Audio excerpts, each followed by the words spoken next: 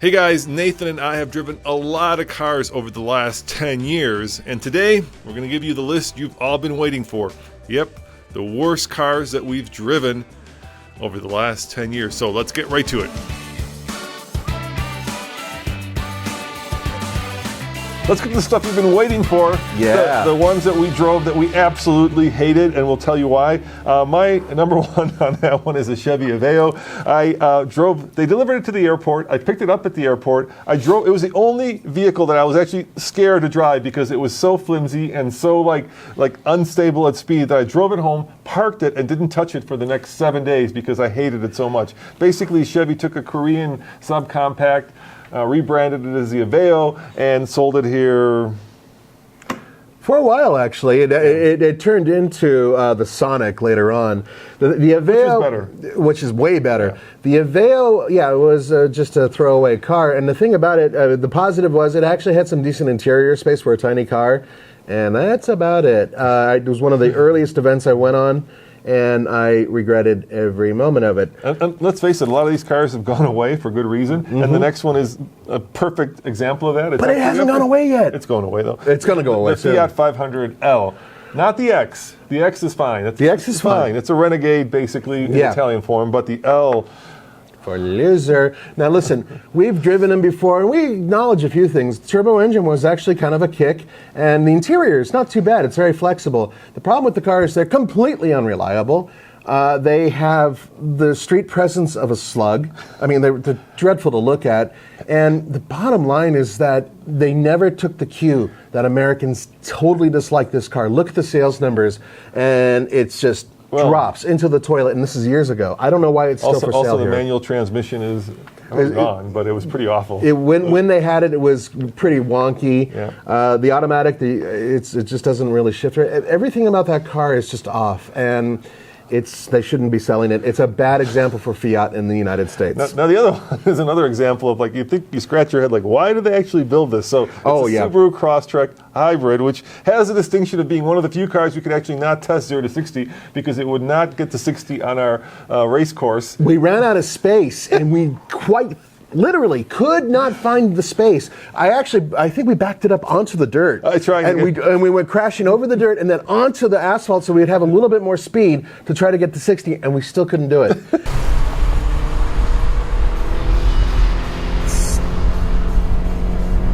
I don't know if I'm going to make it before the end of the...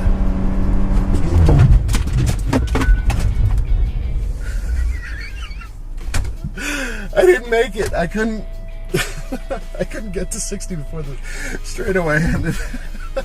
Now the thing is about the car, and look, the Crosstrek itself, I think it's a decent car. I still do. Well, it got phenomenal fuel. No, that's the thing. It got like 1 mile per gallon better than the regular Crosstrek. It cost like 10K more. It wasn't that much more. It was a lot more. And you're thinking, okay, why buy this car then? It has a unique color and it had clear taillight housings, and that's about all. And I guess on the press trip, it broke through some ice and got stuck in Iceland. That was actually, and I think that was the second generation too. But we drove the first generation, and it was just absolutely the slowest car, and it just didn't make any sense. So there you go. All right, the Jeep Patriot, and you wanted to add the Compass to this as well. Right, now this is, remember, the first generation. At its best. Oh boy.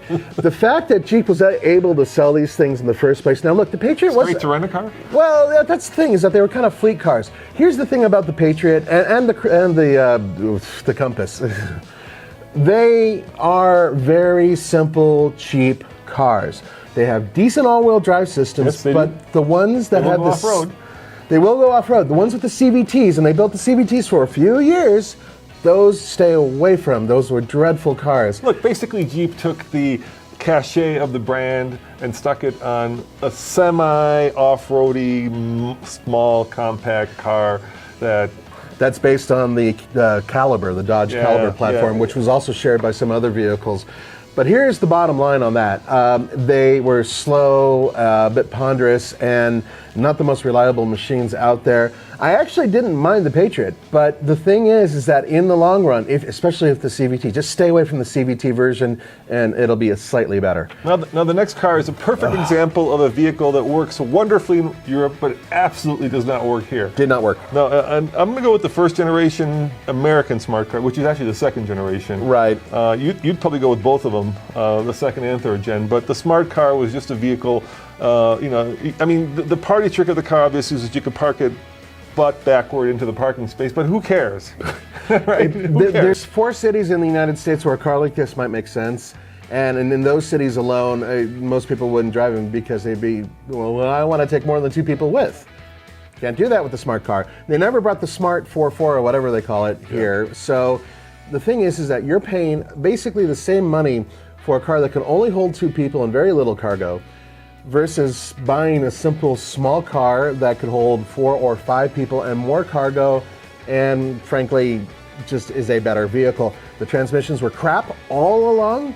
The only one that was half decent was the one you drove, the electric version. Because they didn't have a transmission. Well, exactly. All right, let's keep going.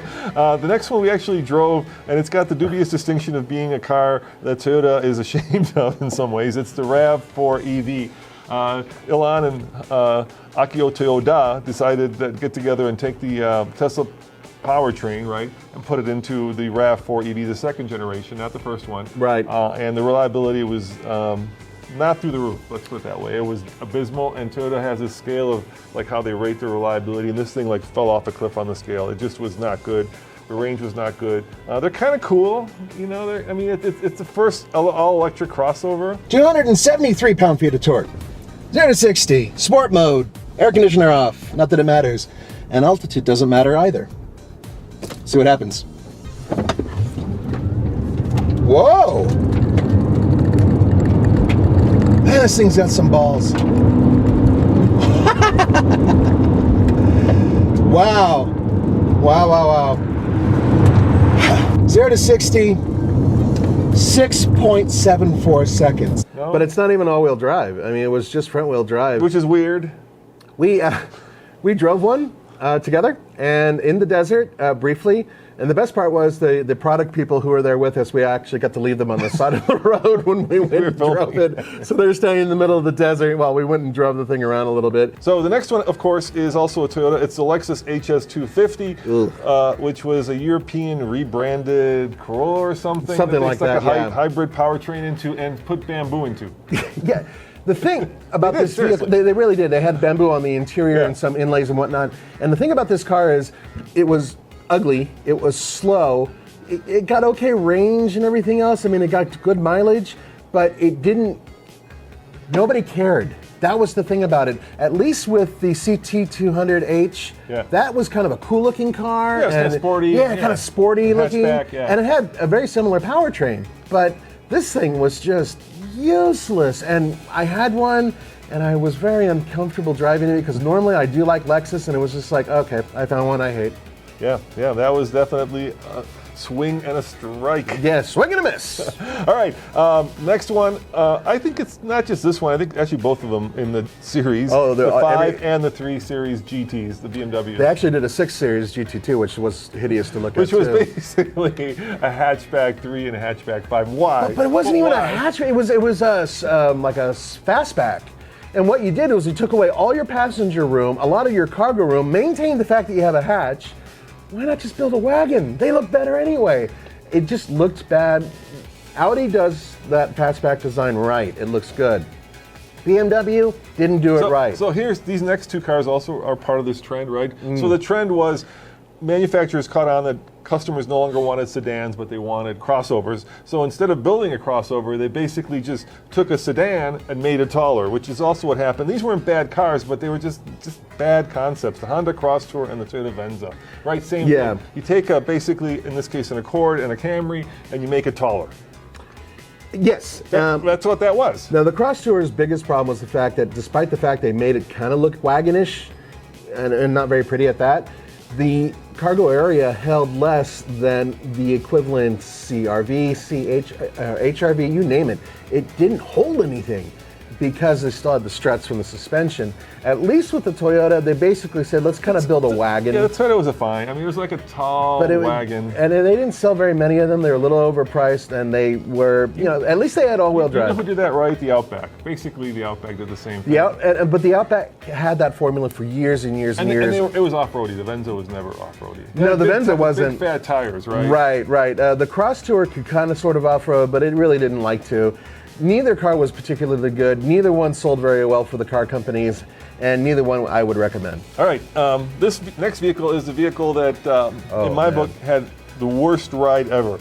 Once again, it was so bad that it hurt to sit in it and drive it. I'm talking about, of course, the Mini Coupe with the sports suspension, right? It was the Mini Coupe where they had the cowboy, they had the... It looks like the reverse hat almost. Yeah, it's like a baseball hat there, which was supposed to be a design cue. But with the sports suspension, oh my God, there was no suspension travel, dude. None whatsoever. You could feel a pregnant ant if you ran over it. When you're on a beautifully, newly paved road like this, it's a dream to drive. But any road imperfections, any expansion joints, any potholes will send a jaw-breaking jitter up your spine. This car's ride is so harsh that after a half hour, I'm longing for the old man Lexus just to get my brain back into my head. The thing about that car is that despite all the suspension upgrades and everything else, and it was supposed to be a little bit lighter and quicker on its feet, around the track, a regular S model version of the Mini Cooper, or just the regular Mini Cooper,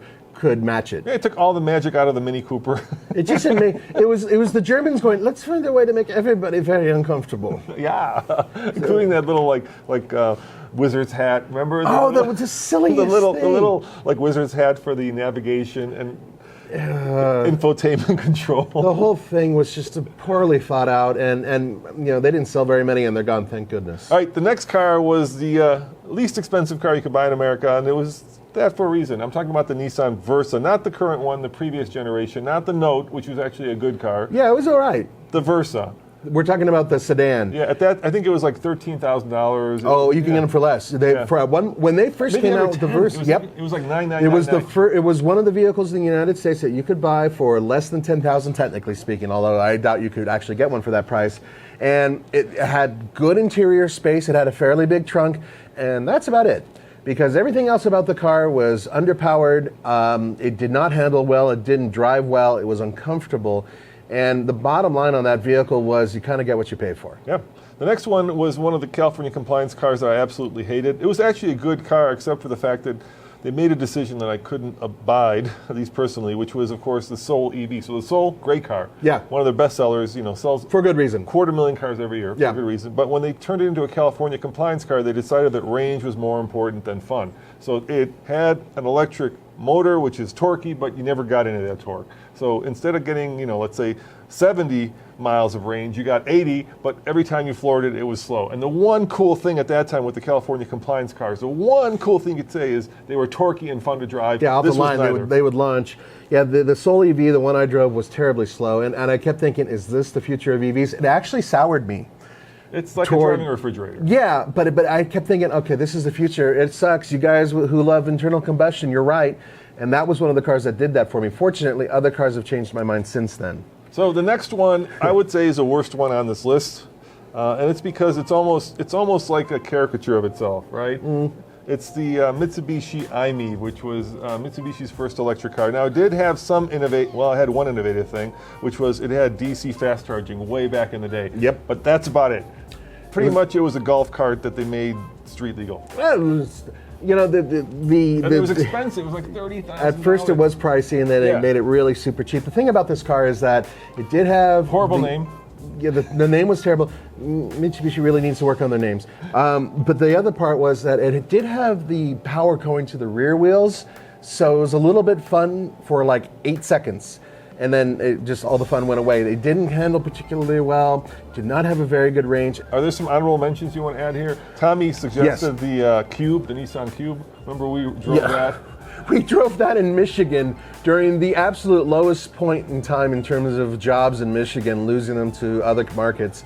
And the only rental car that was available was a Nissan Cube. Yeah, let's drive a Nissan Cube when the entire auto industry, every UAW worker. Oh my God, we were expecting a Molotov cocktail. All right, Nathan, and you've got one last one as an honorable mention. The Lincoln MKT. Ooh, It's dead. the bane of my existence. You know what the problem with that car? Just You like couldn't tell the front from the rear? it looked like a brine whale. The design of that car was poorly thought out. When I followed one, I felt I was following the front end of a locomotive. It kind of has that, but not in a cool way. And you know, whatever they were thinking, it was poorly executed. And here's my problem with the car: it's not so much the It was an Explorer, right? Well, no, not even. It was a Flex. It was Ford Flex. yeah, So it took Lincoln's design language and dropped it down right when they needed it the most. Right when they needed to tell everybody, "Hey, we got great cars and great power and everything else." Except don't look at this car. Just kind of keep it to the side. And it was one of their best sellers because it's a major fleet car. Liveries use them left and right. Dreadful car. And also not the best in terms of reliability. Early EcoBoost engine. A lot of problems with that one too. Well, there you have it, guys. Those are the best and, of course, the worst cars we drove over the last 10 years. We'd love to know what cars you loved and hated. So let us know in the comments below. And yeah, Happy New Year. Happy New Year, guys. See you guys next time. Ciao.